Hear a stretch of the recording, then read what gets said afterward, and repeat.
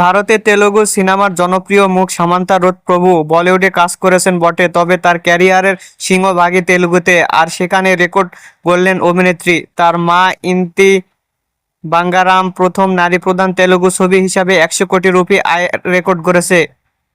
গতকাল ইনস্টাগ্রামে একটি ভিডিও পোস্টের মাধ্যমে খবরটি শেয়ার করেছেন অভিনেত্রী, সেই সঙ্গে দিয়েছেন আবেগঘন বার্তা।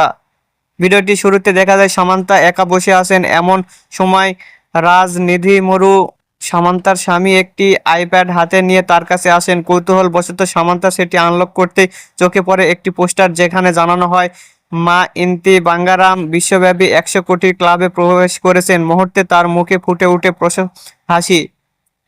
39 বছর বয়সী এই অভিনেত্রী তার বার্তায় জানান, ছবি মুক্তির আগে কয়েকদিনে তিনি অনেক চিন্তায় ছিলেন। দর্শক ছবি নিয়ে আগ্রহী কিনা, কথা বলছে কিনা প্রচারণার